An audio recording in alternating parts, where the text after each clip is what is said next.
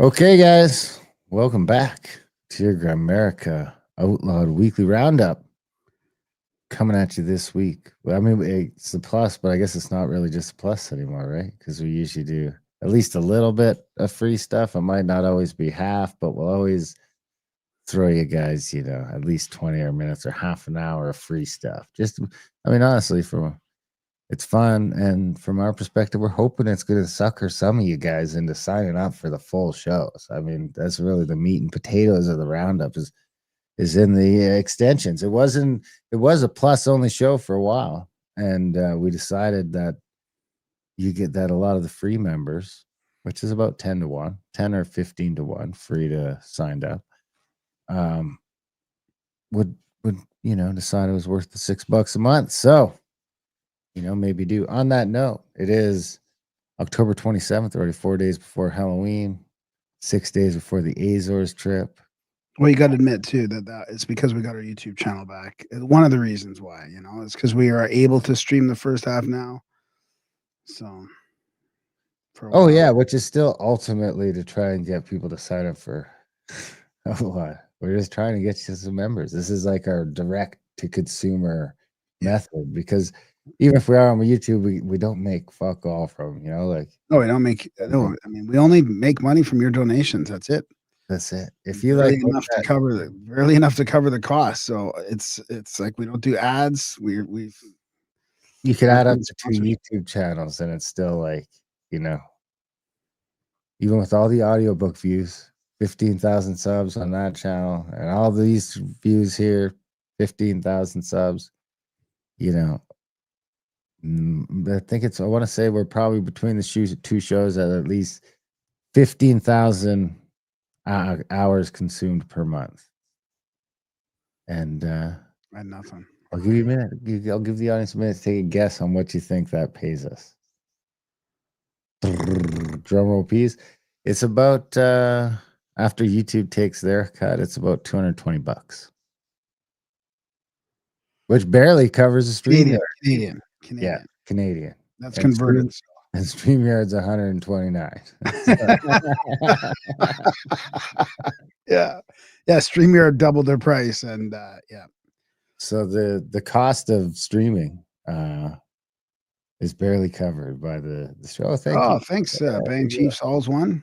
This is exactly what we're getting at. Anyway, sticker. I like it. That is just to say that there's a whole hour, 45-minute extension of these plus shows, these roundups. If you do want to head over to GrandMarkOutlawed.ca and sign up today. It's only $6 a month. I mean, all these other guys raise their prices. We never raise our price.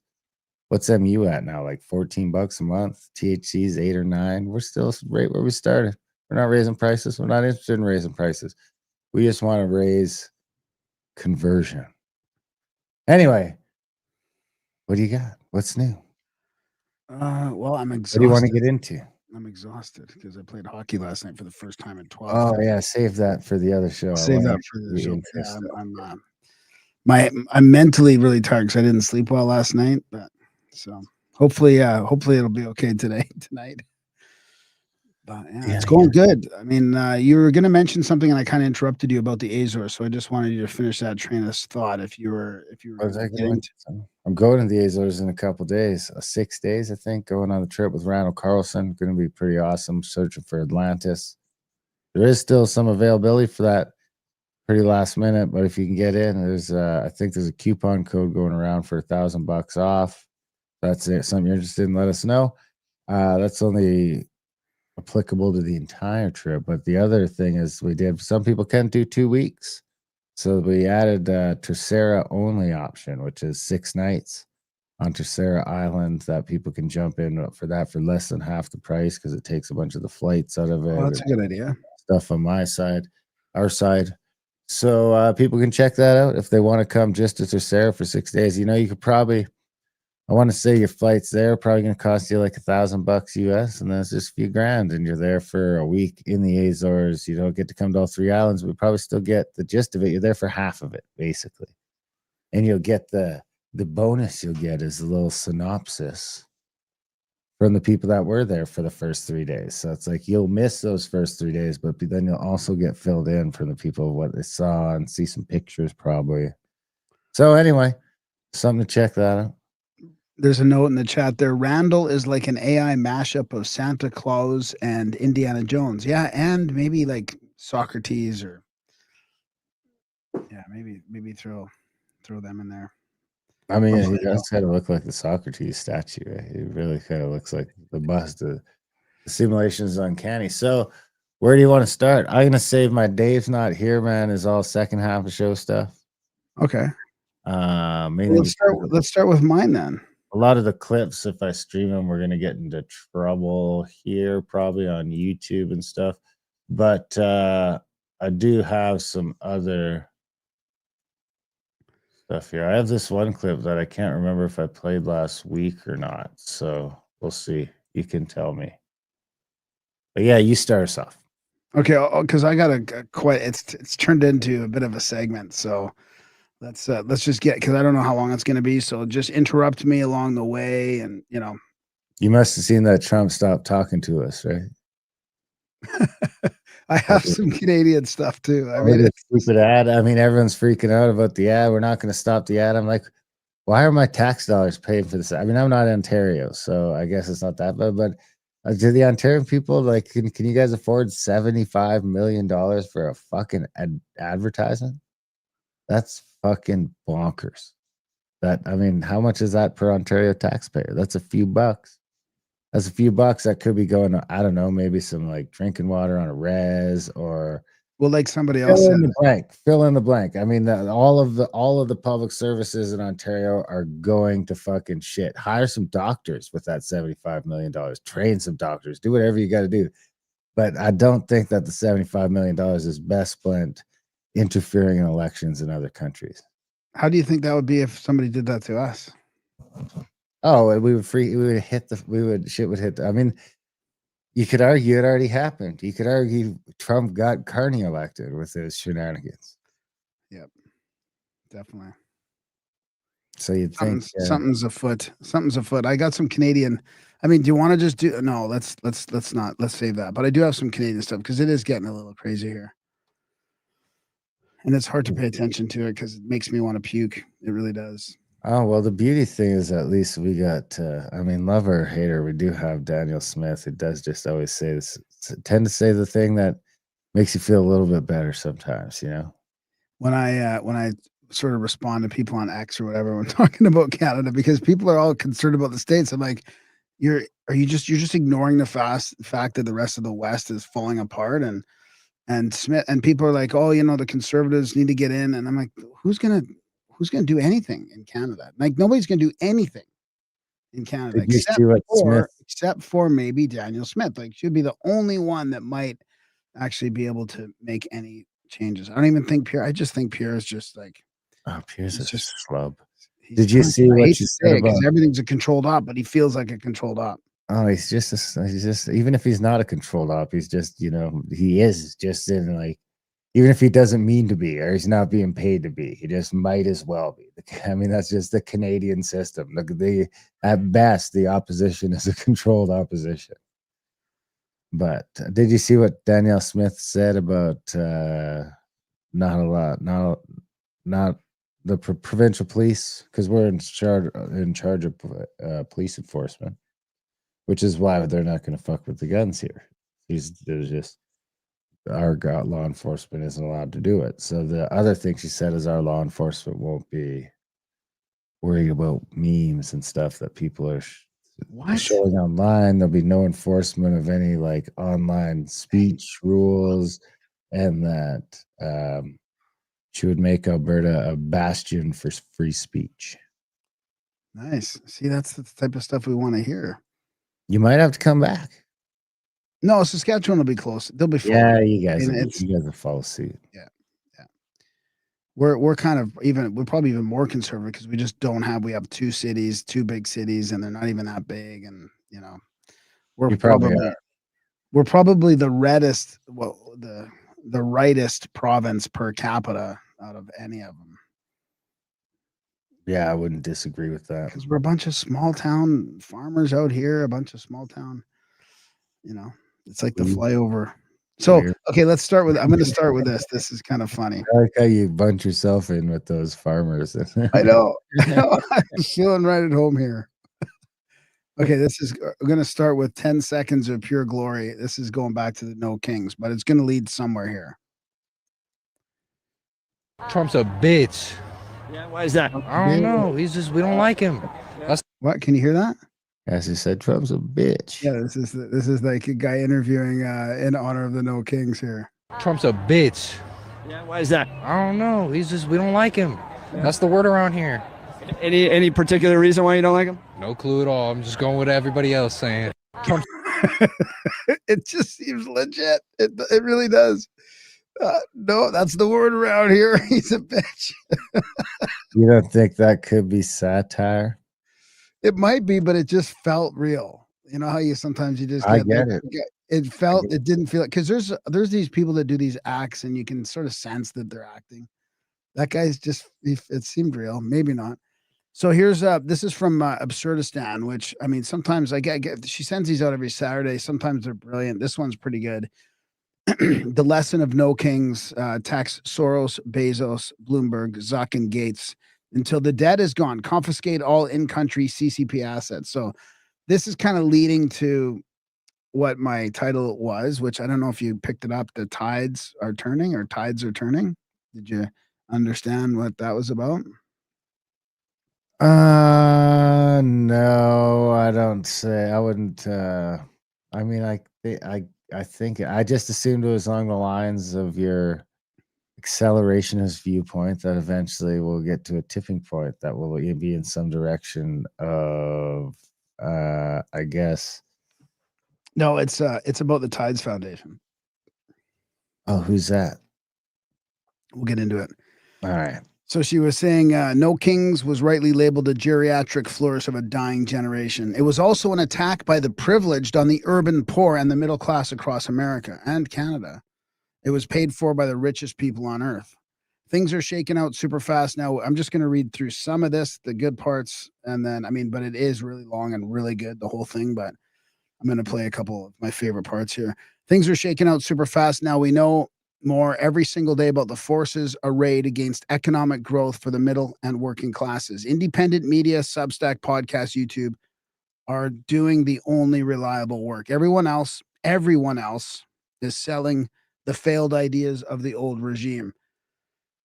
So she gets into this week, the Atlantic Monthly online's lead piece was by Anne Applebaum, one of a stable of heavy subsidized busybodies who have never had to work in the private economy. People like Applebaum, and this is like busybody is a perfect example. Like we're going to see an example of this managerial uneconomic class, like unbelievable here. People like Applebaum, and they are legion, feed off the universities, foundations, non-governmental organizations, political outfits, and malignant plutocrats here and abroad. The Atlantic itself is funded via the vanity of Mrs. Steve Jobs, who recently announced that no grants to NGOs should have strings attached, or indeed, I suppose, oversight. So this is the kingmaker of the left, Arabella Advisors. Applebaum is as is her wont, whines about Trump overturning democracy. This must be read as their democracy, which is the new iteration of democracy, where they get paid to sell their stupid ideas, which don't work, have never worked, and are engineered to never work. Any rebellion against their democracy is called fascism. They are paid by plutocrats and billionaires to swan around the world in business class, spouting off why DEI will increase wealth, not destroy it, why the Green New Deal will bring wealth and millions of new green jobs, just another few trillion, another 5 years, another generation ruined and hopeless, why migration is necessary and compassionate, ignore the crime, why rural and flyover whites, that's me now, are contemptible and their complaints without merit. You're a flyover white. I'm a flyover white. Yeah, that's we should have titled it that. That's better than farmer, because you can't be a farmer, but you can be a flyover white. Yeah. Why climate change is an existential threat and we need fewer people, more abortions, kill the elderly, the sick, the useless, etc. ad infinitum. It is the agenda of the devil, of pure suppurating evil. Every speech, every essay, every conference is a fundraising appeal for more of their garbage ideas to be prosecuted by their army of NGOs, outfits like USAID, and witless billionaire women like Bauman, who for almost 40 years co-chaired the most destructive, ruining rural America. Every member of which hates us, hates the country, works to destroy peace, order, and prosperity. And it's your tax money that pays for it. This is the key here. Every penny of the money they spend to destroy you is yours. So this is, I'm gonna just read 2022, but we can show I'm gonna right play a up. bit of this here. This is kind of where we get into the visuals. Can you hear that? I could, now I can't. What happens there? I You- don't. I don't Why know. did it go away? It's Well, I interesting. mean, it's only $129 a month, bro. What do you expect? Expect it to just work? You were I can hear it now. Now? No, I lost it. Or fast forward it. Maybe there's just no sound there. Oh, you know what? It's weird, eh? It's oh boy. I think the Blue Jays are playing, so we're gonna have some competition for our Canadian audience tonight. Anyway, it's amazing how quick. Okay, can you not hear that? I can't hear nothing.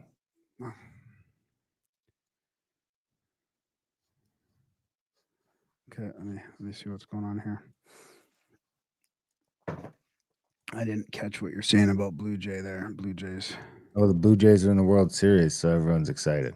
Oh yeah. It's fine that the government is a complete fucking disaster right now because the Blue Jays are winning.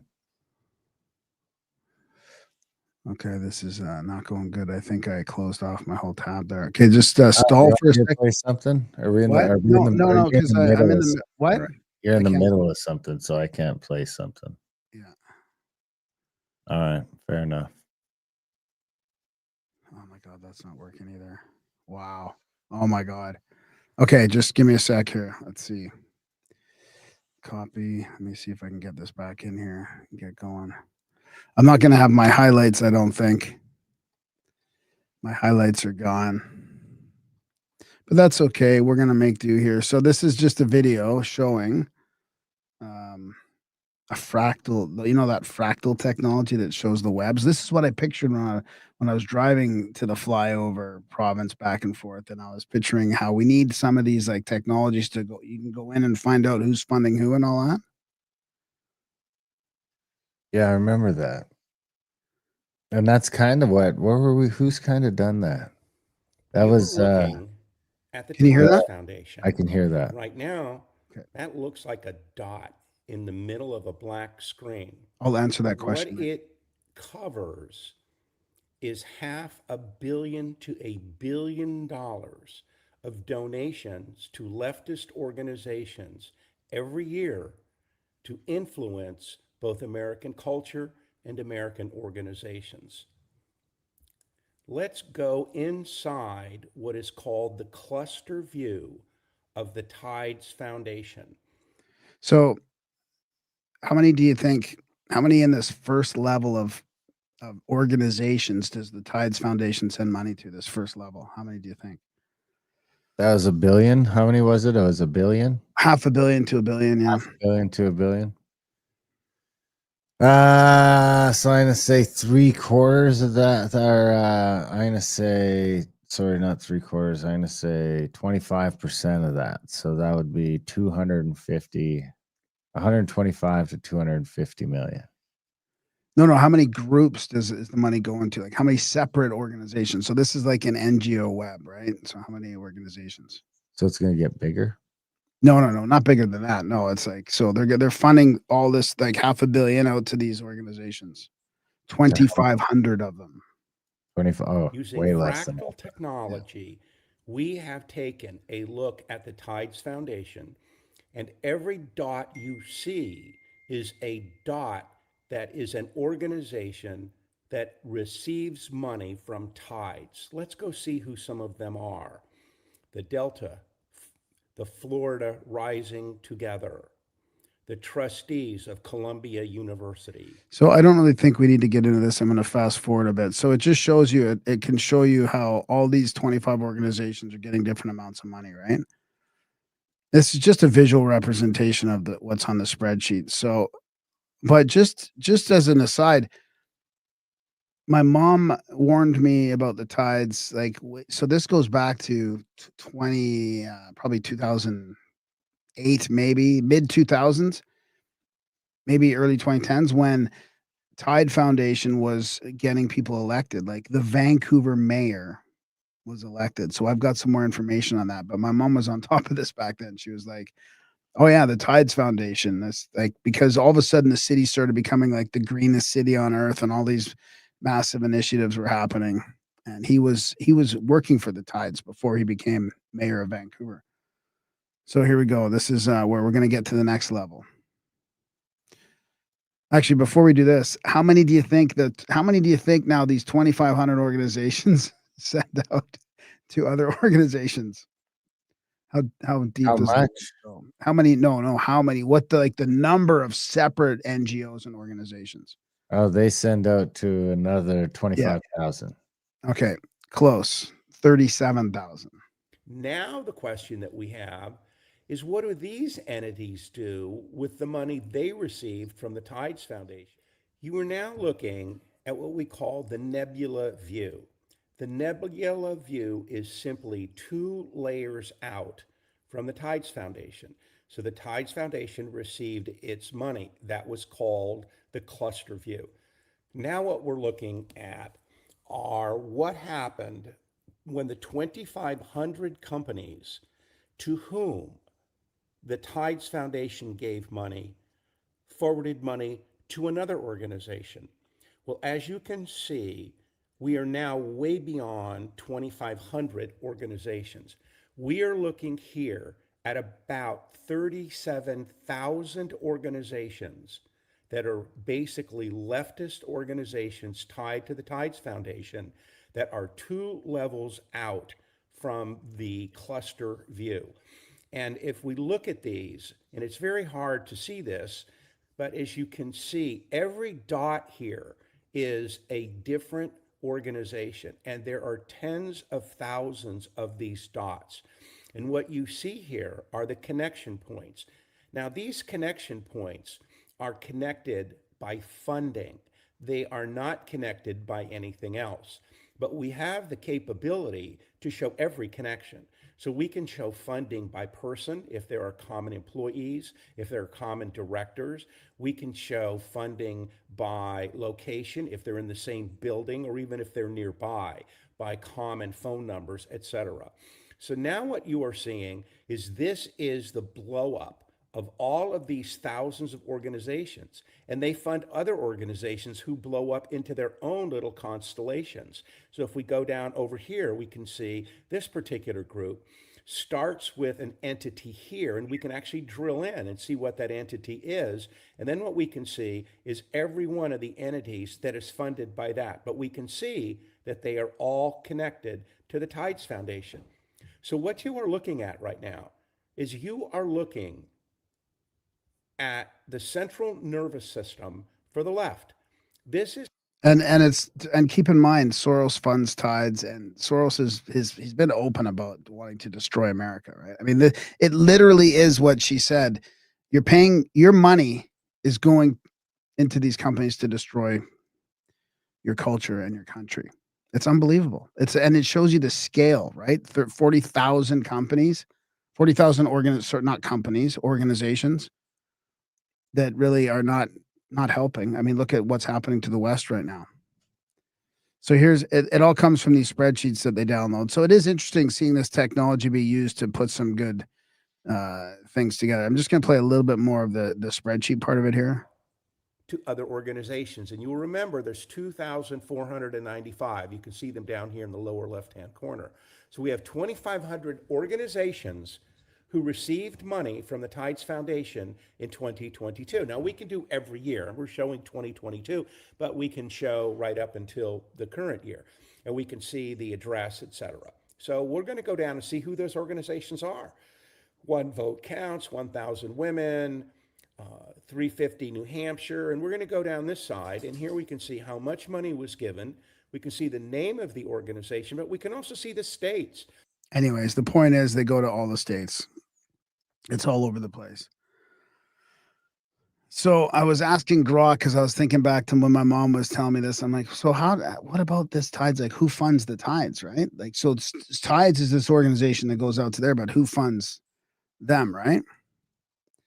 So they're a left-leaning nonprofit based in San Fran, right? Primarily receives its funding through contributions to its donor-advised funds, DAFs, collective action funds, and other philanthropic vehicles. This allows donors to direct grants while often maintaining anonymity, as Tides does not publicly disclose individual contributors unless required.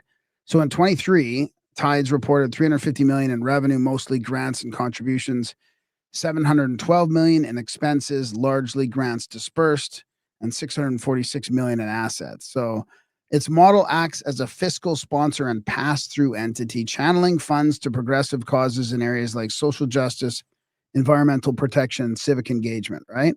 So this structure provides this insulation for donors, enabling tax-deductible giving without direct public association with recipients. It's unbelievable, right? Where we've gone in like 30 years. We have this web of organizations that's just anonymously just destroying. It's been probably just growing with the surveillance, because back in the day they could just take the money and nobody would notice. And it just had to get more and more intricate the better they've got at like following the money. Yeah, like Curtis says in the chats, Leviathan, and it looks cancerous. Now it takes autistic dudes on the internet. I mean, really, it's the whole thing is just this weird, crazy circle, the snake eating its own tail. Yeah. A practice founder, Drummond Pike, described as valuing anonymity for clients. Critics, including outlets like the Washington Examiner, have called it a dark money facilitator due to this opacity. So then there's primary sources like direct contributions, grants, pooled funds, corporate philanthropy, investment income, blah, blah, blah. So here's some of the funders, right? Open society, like wait till you see. I mean, it's just all the bad guys. All the bad guys funding this cancerous web, destroying the West, out to destroy the West, and doing a damn good job of it. So there's Soros's thing, right? Rockefellers, Ford Foundation, Novo Foundation, Fidelity Investments, Vanguard Charitable Endowment, Schwab, Hewlett Foundation, Kellogg, California Endowment, MacArthur, anonymous individuals and corporations. So I'm not going to get into all these deals. I'm going to skip through some of it here. And I asked about the government, like, is there more than California funding this? Because the government's giving them money to send back to this web to destroy things. Like it's your own government that's destroying you. They receive, or at least entities within it. Yeah. This is the most significant non-California public funding source because California is in here. Like Newsom's 11 million and personal raises for Tides since 2020 raises conflict of interest. Significant state support from California. So beyond California, there's some federal stuff, key agencies like USAID and the Department of Health and Human Services, sending money to them. And now there's funding from Canada. So here's where this is to do with us in Canada, right? Their affiliate, rebranded as Makeway in 2020 to distance itself from U.S. perceptions, has received Canadian government funding, though it faced scrutiny and cuts due to concerns over U.S. donor influence in domestic activism. No shit. Direct grants in fiscal year 2023, Makeway/Tides reported $22 million in government funding, including $7.1 million in new grants and $15 million reallocated from prior years. This came from federal, provincial, and municipal sources for environmental conservation, social equity, and reconciliation initiatives. So, I mean, and then here's the other issue, right? They get involved with blocking progress on energy and pipelines and all this stuff. So it's not so much because the money's not really that much. When you look at all the 138 pages that you downloaded from the what's that? The It's like our version, Canada Public AIG. Affairs. Yeah, Public Affairs. Public Affairs Canada. Global Affairs. Global Affairs Canada. It's billions. It's like 15 billion, I think, or 22 billion. So this doesn't feel like a lot because it's only millions. It's not billions. But if it's I guess if it's spent wisely to destroy your economy, you don't need a lot of it. So here's some stuff about the Great Bear Rainforest Conservation, First Nations land use. So here's tides and just to give you an idea of what happened in Vancouver. This is going back to 2009 to 2018. So this is quite a ways away, right? He says, who served as Vancouver's mayor in that 3 terms, the longest city, has deep ties to Tides Canada, which provided significant indirect support to his campaigns via affiliated donors, firms, and networks. He won his first term with 50% of the vote under Vision Vancouver, campaigning to make Vancouver the greenest city in the world and ending homelessness. Oh, that worked out really well. Priorities echoed in Tides' environmental and social justice focus. Here's a breakdown. So it breaks down Tides stuff here about the broader context and criticism. Investigative reports, that's from 2010 to 2017, portrayed Tides as enabling U.S. foundations to landlock Canadian oil via BC activism. With Robertson's anti-tanker stance, example, opposing the Kinder Morgan expansion, remember when that was all going, seen as aligned. Critics like researcher Vivian Krause called it a vote for U.S. interests, noting Tides $60 million from U.S. donors funneled to BC groups. So, kind of interesting, eh? Anything to add to that or to question that at all? Well, I wish I would have got some of that money. There was more. There was more energy, sort of. As a First Nations person, as a First Nations, as an Indian, as Indian. Well, it's just a wild card, whatever. So I'm just going to finish off this here because now I'm trying to figure out what was highlighted since I lost my original one. So they're talking about Trump and Wall Street, blah, blah, blah, tariffs. Trump's team is working getting smaller banks. So one of the things she's saying here is fix this and everything changes. So how decommission the NGO racket across the board. That money, which is the people's tax money, must be used to pay down debt. They don't just poison the U.S. either. Applebaum and her cohort work to stand up and animate international NGOs who range through the world, forcing their will on policymakers and civil society. NGOs have no truck with elections unless they are stealing them, creating color revolutions in countries where they have no business. I'd jail every last one of them. The electoral process is for other people, less superior people. Instead, they bully. They force their stupid ideas on the culture through subsidized or plutocratic media. They strong-arm local officials, papering offices with fake studies and falsified science. They hang around legislatures, doorstepping, bullying, blackmailing, and bribing. They attack state officials. They ruin everyone who disagrees with them, and they are funded to do so by the richest people on earth and us. There's no oversight, none. They operate with impunity. They're a massive negative externality, an external diseconomy. That's the key right there, right? This is a 40,000 organization diseconomy. They cost us with no benefit. They must be terminated. And then this goes into that other one that this is the No Kings thing, right? Tracing it to all this, the No King, Riot Inc. This is being talked about in the government now, finally. Nothing is grassroots. They have been operating without oversight or curb for 30 years, and on every conceivable metric, they have failed. Their democracy is a disaster. I just like her rant here at the end. I'm just going to read some of it. As leaders and thinkers, they have failed spectacularly. Proof? The Democratic West now holds a cumulative debt of $340 trillion. Any growth is chimera. This was reported by The Economist. Admittedly, The Economist is another vanity press, this one funded by Rothschilds, so it's probably way worse. Every Western democracy is groaning. The middle class is poor every year. There are more drugs and homeless on the street, more crime. Opportunity is stunted. Every major city in the US, Canada, and Europe is classified as a war zone. Formerly, the murder rate is that high. So then, it goes on and on and on. So I'm just showing you how it goes on talking talking about Europe and France and yeah. Have you been listening to No Agenda? No.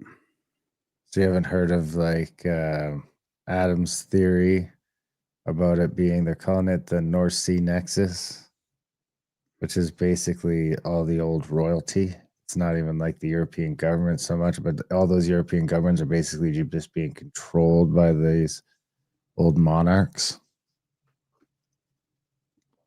Yeah, and what does that have to do with Trump and the Trump's king? fighting them, I think. And That's the king with the king, like where's the UK belong in that? I don't know where Where's the the I don't British Empire belong? I'd have to maybe we got Chris Dubendorf in the chats. He knows what it's called. Maybe he can elaborate on that further. I'm always only half listening, honestly, these days. Or I'm really listening sometimes, but half the time or 3/4 of the time I'm only half listening because I'm talking to someone or Because some people seem to say that as well, but they think that Trump's against the British Empire, and I'm not sure about that. Trump might be more for the British Empire and more against the North Sea Nexus, unless I'm yeah. getting the North Sea Nexus wrong. But so, what did you think, though? I mean, it's pretty interesting. Eh? It's pretty good. I mean, was the person I was thinking of, is that Grand Theft World? Yeah. Yeah. He's got the crazy map, right? Yeah. I mean, that'd be fun to play with on the Yeah, show. we were supposed to get access to that. I'll follow up on it. Following up, do you have anything else, or can So, I got a couple things that sort of I think could finish out the free side of the show. yeah, just before we leave that, Chris says, "Hey guys, yeah, he's been bringing it up in contrast to blaming Israel for everything." Okay, interesting. No, I can just wait and do the second half.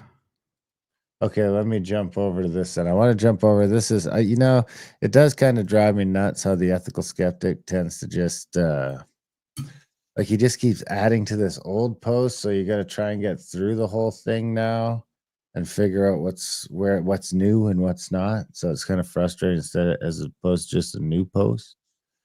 But I wanted to jump into this here because this is just some other stuff. How we talked about the sea level making the marks and the Khafre pyramid. Yep. But I want to come down here. I think I zoomed in and it all got weird for me. But here's a little script that shows some shape by sands. Not that. That's not what I'm looking for. Yeah, here's a thing from the 50s in the chamber.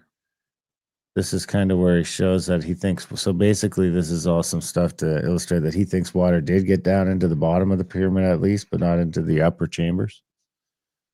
And he's got this picture of salts here. Why? Because it was sealed, or just because the bottom chamber goes down. So eventually it was underwater long enough that the ocean would just seep through and eventually got down to the bottom. But the way those other chambers are made, it kind of works like an airlock, I guess. Kind of like when you put a cup in the water upside down. So do you remember we heard at Karnak how fully buried that was? Remember there was like 2/3 of Karnak was buried. Is that from the same kind of? Well, I guess his argument would be that would be from washout from the inundation, washout from the ocean, which is the main reason I wanted to get into this. So he's got some stuff here that sort of shows the elevations, the different things. This is, I think this is a 776-foot inundation in Egypt, is what he's calling it. So he's sort of showing the different elevations, everything sort of in green here, I guess. Just about in green is sort of the border between what would be covered and what wouldn't in water. Everything orange and red and yellow would have remained above water in his hypothesis here. And that pyramid is right on the edge. And it could have got sort Look of at that, right on the edge. Yeah, it could have got swept off. That's not to say the water wasn't higher for a minute. I mean, just looking at this map, you can start to see some sort of inundation lines. All right, can you see my cursor in here? Yeah, there's sort of some flood stuff. And we can see them a little bit here. He's got it highlighted here. Where on this side, you've got some receding shorelines. Flood channel here, flood channels here, flood channels here. I want to show Randall some of this stuff. Here's another graphic here. See if I can zoom in on. See, when I try and zoom in, I lose it. But it's showing a bunch of inundation striations here. I mean, it is interesting because this is really starting to dissect with Randall's stuff now. And I don't know how much Randall's looked over at Egypt and around that side of the world, but this is sort of the same stuff where he's talking about, I think. Anyway, let's jump down to the bottom here where he starts to show the complete rotation. So this is what, because remember they were saying that the Sahara used to be lush and green and all that kind of stuff, and it just like climate change happened from farts or whatever, and then it wasn't anymore. Well, no, it wasn't a uniform. It wasn't like a long, slow, gradual change. Yeah. So I think this is here's the fuck. This is getting complex here. Anyway, this is the rotation, basically. I think he's saying that this thing sort of rolled up. You see the arrow coming up on the Euler rotation. So the Earth is rolling up, which is causing the Mediterranean to wash into here and then out over this way, following these blue arrows. Yeah, it looks like he's saying it was the equatorial flow of 70 kilometers an hour. I'm assuming that means like that's how fast it was shifting at the equator. He says 12 to 72 hours for a full shift. I think. Anyway. But this is definitely showing where he feels. Yeah, that's like down the below. water 12 to takes- 7. Oh, 12 So to this, see over here, what's this? This is the Persian Gulf, probably, right? Yeah.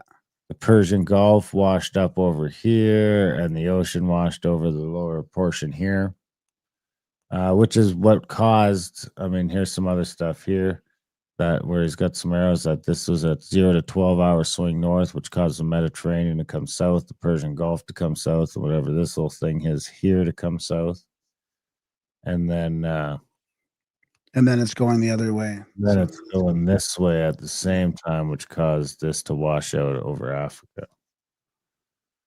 So I thought that was a neat little upgrade to his article. I thought there was some more stuff. So is that supposed to correspond? That's not supposed to correspond with a younger Dryas, is it?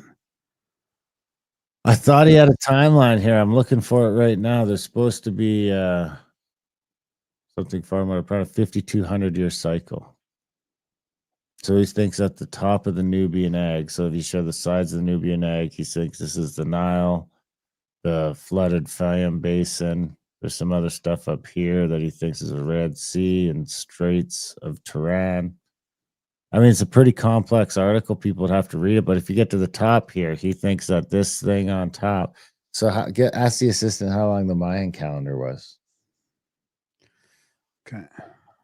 He suggests state 1 is a 48-year cycle, and state 2, where it shifts, only lasts 400 years before it shifts back, which in total would be a 5,200-year cycle.